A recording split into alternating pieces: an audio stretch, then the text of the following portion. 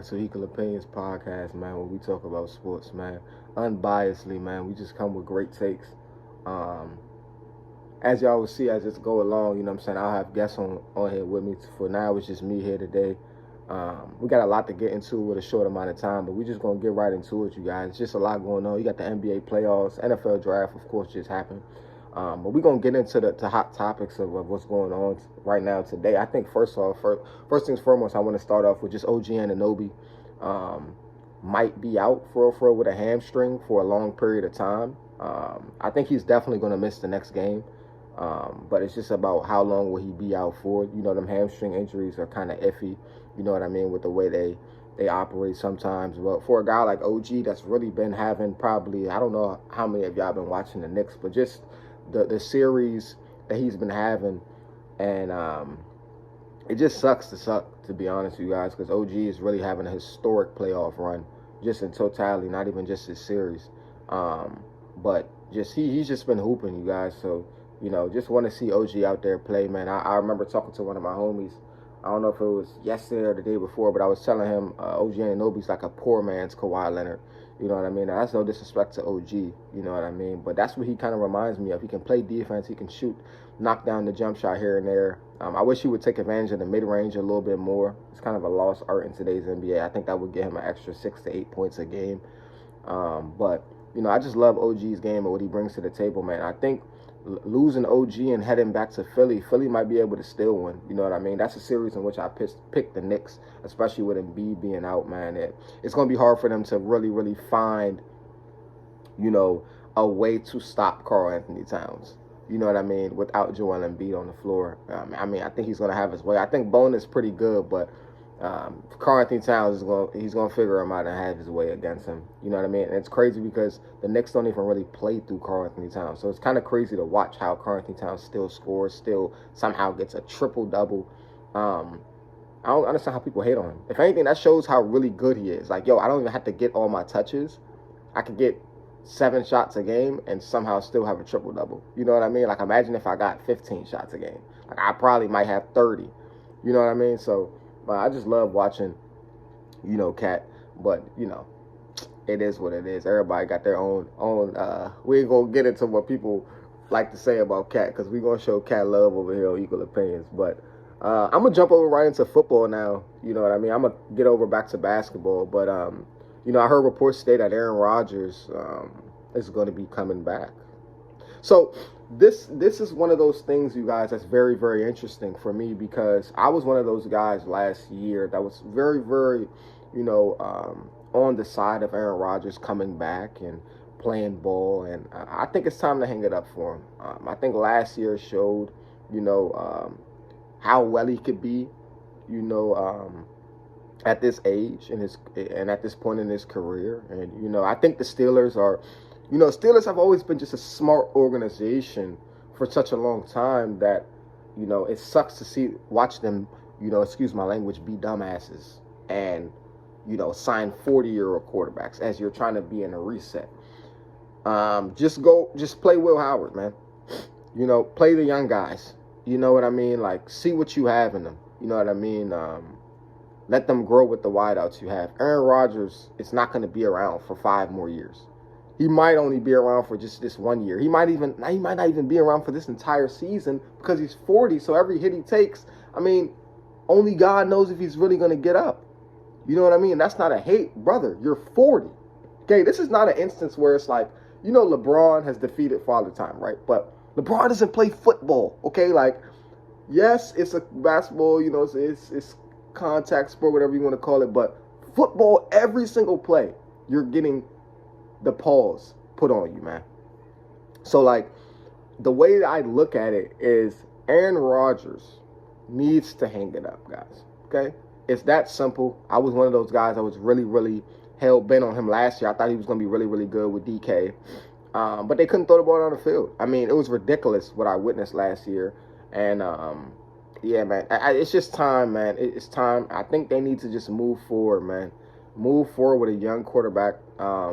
But as we all seen already, they're not going to do that. They want to go ahead and re-sign Aaron Rodgers for whatever reason and bring him back in. And hey, man, hey, that's what y'all want to do. I mean, the only way I think it's smart to sign a quarterback that's 40 years old, you know what I mean? Like y'all remember Tom Brady, the greatest quarterback of all time, is if he can win you a Super Bowl. I think at this point, Aaron Rodgers showed that he can't win you a Super Bowl. I mean, even when Aaron Rodgers was in his prime, no disrespect to A-Rod, who's one of my favorite quarterbacks of all time, he only won one Super Bowl. So all this stuff about him winning a Super Bowl and all this stuff is delusional. Okay, he's not going to win a Super Bowl at 40. Okay, he didn't win one when he was 10 years younger. I mean, it's delusional to think that all of a sudden now at this old age he's going to be a multiple Super Bowl winner and lead the Steelers to a Super Bowl. He's not even at the prime of his career. And then when he was in his prime, like I just stated, he won one Super Bowl, guys. Not multiple. Okay, he won one. So, you know, I know thinking about Aaron Rodgers, we would assume that he won more, but he won one Super Bowl, you guys. It's not like this guy is, you know what I'm saying, on Brady status. You know what I mean? So, hell of a player, though. Talent-wise, one of the greatest quarterbacks we've ever seen in our lives. But it's time to hang it up, and I think the Steelers are putting themselves in a bad position to the point where after this season, the Steelers are just going to blame Aaron Rodgers when everybody else is going to say, brother, y'all had all offseason to realize this guy wasn't coming back. More than likely, right?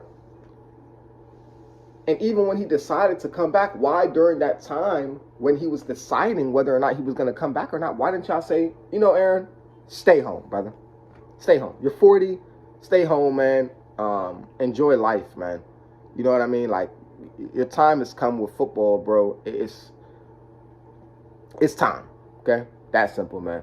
We're gonna move back over to basketball, you guys. Back over the hoops, man.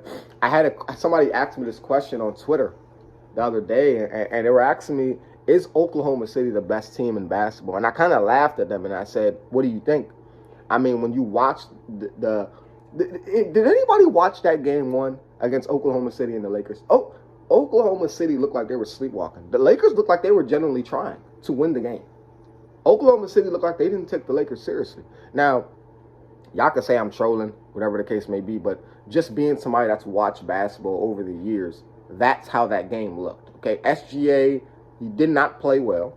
Okay, somehow they still won the game by 20 plus points. Damn near. I believe they won by 18, but brother, they won by 20. Okay?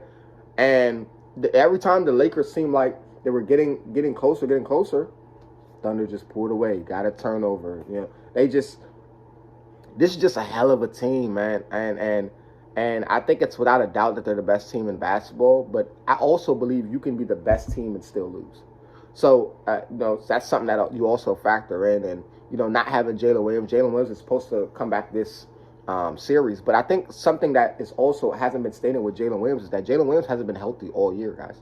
So why all of a sudden in the playoffs is he going to come back and just play healthy throughout the playoffs? That's what I always find funny about, like, injuries when it comes to, like, nagging injuries for guys, is that people will come out and say, oh, when he comes back. But it's like, brother, he's been dealing with injuries all year. Why all of a sudden when you need him to play at his maximum potential, do you think that he's just going to be 100% healthy for a 7-game series? That's something that I've always found delusional, not only in sports fans, but just in media takes that I hear online of just certain shows where they talk about players coming back. Like even with Luka Doncic. I mean, Luka Doncic needs to sit out. Okay, he does not need to come back. They're not going to win this series even with him. So all this delusionalness that Luka coming back is going to help the Lakers, yeah, it's going to help them look better offensively, but they still could lose by 20. I mean, the Lakers lost to Oklahoma City, I believe, on average by 30 points in the regular season in each of the games they played them. So if that doesn't tell you that a team is just better than that other team, I don't know what will. Okay, how much times you got to get a 30 ball put on your head? 10 times? I only need 2. I'm good. Oh yeah, I got it. Y'all just a better team, man. And I would hate for Luka to come back because I don't. If any of y'all know about a grade 2 hamstring, it's one of those hamstrings where you need to sit out for 8 weeks. Okay, it's not a joke. Okay, you need to go ahead and relax yourself. Okay, and elevate your leg, you know, and chill out. That's what you need to do. Hamstring, it's not one of those injuries where, you know, all the treatment in the world is going to help you. Okay, one thing that will help you is sitting down and not doing that damn thing. Now, you still need to do your treatment, but you need to be doing zero activity. So, I think Luka should sit out. Of course, a lot of Lakers fans will disagree with me. They have this delusional mindset that Luka and LeBron are going to go on some crazy run and all this stuff. I mean, just delusionalness. I told people Austin Reeves might even need to sit out. Now people think Austin Reeves not good. Brother, he just came back from injury. Are y'all forgetting that? Y'all think a guy's going to come back from injury and in 1 or 2 games just drop 30 again. It doesn't work like that. Y'all got to wake up and smell the coffee when it comes to sports, man. These guys are human beings. I mean, you don't think Austin Reeves is in his own head? Like, man, I was just, he's probably not even shooting the same. You know what I mean? Consistently. And these are things that I hate when I hear certain takes in the media. I hate that these things are not mentioned because y'all forget that these guys are human beings. Okay, y'all think that they're just going to come back and drop 30. It doesn't work. I never seen a player do it. Y'all tell me in the comments, what player y'all seen just come back and just barbecue chicken? Not even Jason Tatum did. Jason Tatum's first game back, he shot like 18-20% from 3, fellas. He was shooting 25% from 3 his first 4, 5, 6 games. It is delusional to think a player is going to come back and barbecue chicken. We got to stop that mindset. It doesn't work like that. Luka, stay out. Austin Reeves, wish you would have stayed out. Too late now. We'll see how game 2 goes tonight. I think Oklahoma City is going to win tonight because I don't think Shea Butter is going to have a bad game like he had last game. I think he's going to come out today and put barbecue chicken on the platter and fry it up. I think that's what's... And after he fries the barbecue chicken, you guys, like I was saying, this series is going to be a wrap. You know what I mean? It's that simple. Let's go ahead and dive right back into the NFL. I was asked this question the other day about, which young quarterback is under the most pressure headed into this next NFL season. And, a lot of different names came to my mind, but I think the number one name on that list has to be C.J. Stroud, a guy that was not paid his money this offseason. I think every other quarterback is going to get paid. But C.J. Stroud, man, it's tough to talk about C.J. because I think we all believe in him. We've all seen C.J. play really, really good football. So, just watching C.J., not perform at its highest level as we expect him to is just a tough watch for a lot of us. You know what I mean? Because we just expect so much from C.J., so much out of C.J. You know what I mean? So it's just tough to see that. But, really, really believe in C.J. I'm excited to see, the steps he takes. The main thing this year is just getting back to its formula of just taking care of the ball and finding open men down the field, over the middle of the field, which is a place where he did really, really well at over his rookie season. So just to see him struggling over these last couple years, because it wasn't just last year. If anybody been really paying attention to CJ, he really been struggling over these last couple years, and it's just been tough to watch, man. Just you feel like he's almost holding that team back, but you don't want to say it. But it's just what it honestly looks like. So I'm really, really wishing the best for CJ. I believe in CJ. Love him as a person, man. Just what he brings, and just a God-fearing man, and just everything he stands for as a person, man. Just love everything about CJ. But you got to perform, man. This is a performance business, and when you don't perform, you get replaced, and that's just the way it works in this business. And it's a tough pill to swallow a lot of the times, but that's just the reality of being a professional athlete, is that you have to perform at a high level consistently, or you will be replaced, and that's just reality.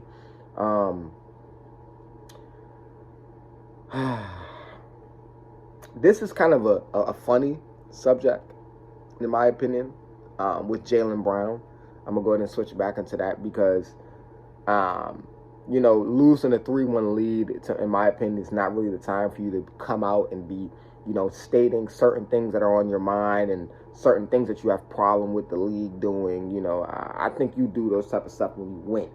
You know what I mean? Not when you blow 3-1 lead, for the first time in Boston Celtic history. And, just a tough pill to swallow for Jaylen, I'm sure. But, and I've been telling people this for years. I don't think that Jaylen Brown wants to be seen as the second best player on this ball team. I think that Jaylen Brown for years has believed he's better than Jason Tatum. I think he does. I think he believes he does more than Jason Tatum on both sides of the floor. I think this past season, the reason why he said it was his favorite season is because Jason Tatum was hurt and he was finally able to show. Of course, he's not going to say these things. These are things that I just believe. That, it was his favorite season because he finally got to show the world, I can be a number one option. I don't need Jason Tatum for the ball to go to the playoffs. I don't need Jason Tatum to be a contender. You know what I mean? And did he prove that? I don't really think he did. I think he had a really good season in terms of making the playoffs. But I don't think the Boston Celtics were going to win the NBA championship without Jason Tatum. I think Jaylen Brown is delusional. And I think he has to understand that, bro, you can still be a great player and need a running mate. LeBron needed D-Wade. I mean, y'all have to get out of this delusional mindset that you're going to win a ring by yourself. The greatest player of all time always had a great running mate when he won his rings. LeBron. One with Kyrie, one with D-Wade, one with AD. I always wonder what delusion goes into these players' minds where they think they're just Jaylen Brown. You're not going to win a championship with Derek White as your second best player, brother, and Peyton Pritchard. I mean, you might be the most delusional, man. And listen, man, we both got the same last name. I got love for you, brother. You're a great player, but the mindset that you have is going to get you hated by a lot of people within the league because it gives off an energy, right, of ungratefulness, of I'm better than everybody, rather than just being humble and saying I'm just a competitor and I want to prove that I'm the best, but I also know that I need my running mate in order to achieve great things for the Boston Celtics. You know what I mean? Nobody achieves great things by themselves. And I think Jaylen Brown's let his ego get too big in terms of thinking that he's just so much better than Jason Tatum, which, brother, I'm here to tell you, not even your peers think that. So you could think that in your head all day. Nobody around you thinks that you're better than Jason Tatum. And anybody out here that thinks that is delusion. Okay, I'm here to remind you, you're not better than Jason Tatum. Okay? Now, are you guys similar players? Yes. But Jason Tatum, as the Celtics have showed Brad Stevens a hell of a basketball mind, Tatum is the number one option. So you've been there for 10 years now and you still haven't shown them you're the number one option? Brother, you must be humble with who you are because what's going to happen is, right? Let me tell you what's going to happen, okay, JB, listen. You're going to get traded, which is probably what you want, okay? You're not going to say that because it's unprofessional. But if you do get traded, right?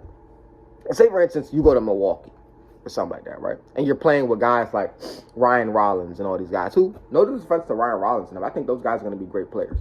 But you're never going to win anything ever again. You see, Jaylen Brown, what you seem to forget is that you're on the Boston Celtics. Okay, this is one of the greatest organizations across sports worldwide. Okay, they win championships going back to before you and I were even born, brother. So you have to get out of this mindset of thinking that the Celtics need you more than you need the Celtics. You need the Celtics more. When you leave the Celtics, they'll find another you. Okay, the Celtics are great basketball minds. It's always been like that for years, from top to bottom of that organization, regardless of how much change they have come throughout it. They've always put together great teams. You know what I mean? So Jaylen Brown just really needs to humble himself. I'm not going to get into the refs because, yeah, I think the refs have been horrible, especially over the past couple of years. I think the refs have been horrible, and I think they do need to be held accountable. Of course, like there's certain things that, of course, you shouldn't say. I think the refs are not willingly going out of their way to, make certain calls or to do certain things. But I think that they do, mess up in terms of understanding how to call the game. They change up how they call the game throughout the game. And I think the game should be called the same way throughout on both ends. You know what I mean? But to say that the refs lack integrity and all this, like, bro, you're going too far. Okay, brother? Just say they don't know how to make the right calls. The ref is not going out of their way, Jaylen, to make your life hard. You're not that good. I don't know why this guy, I'm sorry, yo, because I'm not trying to hate on Jaylen Brown, but this guy's not that good. He's not even top 5 in the NBA. You might not even be top 10, brother. So you have to stop this immediately. Okay? All right. Moving on next, okay, who would benefit the most, right, from winning the NBA Finals this season, right? And I had a lot of time to really, really think about this and really, really analyze this. And, I came down to saying the Knicks and Jalen Brunson and just what it would mean just to bring a championship to the Mecca and just how much New York has suffered over the years, just putting so much great teams together, man.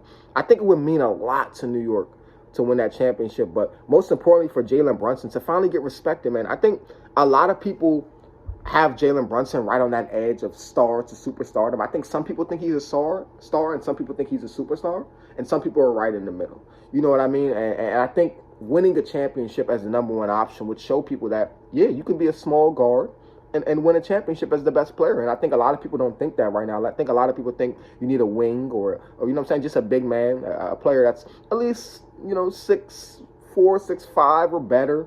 You know what I mean? It's not too many short guards leading their teams to a championship. Of course, you have Steph Curry, but I mean, besides Steph Curry, name the guys that we've watched win championships within the last 5 to 10 years as the best player.